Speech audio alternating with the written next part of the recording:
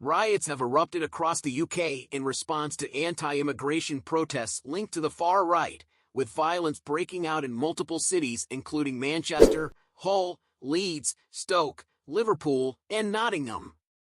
The unrest was triggered by false claims of a stabbing in Stoke-on-Trent and heightened by simmering tensions following the Southport stabbings, where 3 young girls were tragically killed. Misinformation about the identity of the suspect, a teenager of Rwandan descent, fueled the chaos. In Stoke-on-Trent, social media reports falsely claimed a stabbing had occurred, leading to heightened tensions and clashes between protesters and police.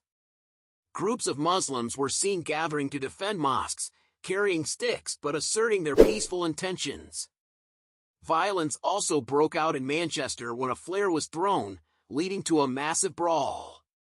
Protesters in Manchester and Liverpool threw bricks, bottles, and other objects at police, resulting in multiple injuries. Hull saw tear gas deployed as protesters smashed the windows of a hotel housing asylum seekers, injuring several officers. In Nottingham, protesters waved England flags and clashed with police. In Liverpool, police used Section 60 and Section 34 orders to control the crowds, as officers faced serious disorder and injuries.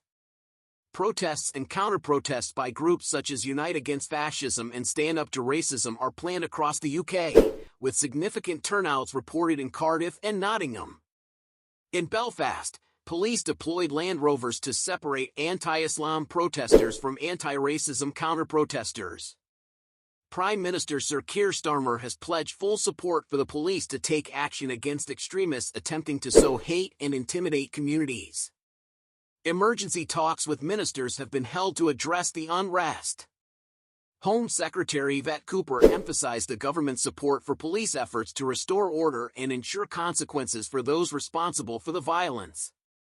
Despite the violence, peaceful counter-protests and vigils are also taking place, with significant efforts by communities and authorities to quell the unrest and restore peace.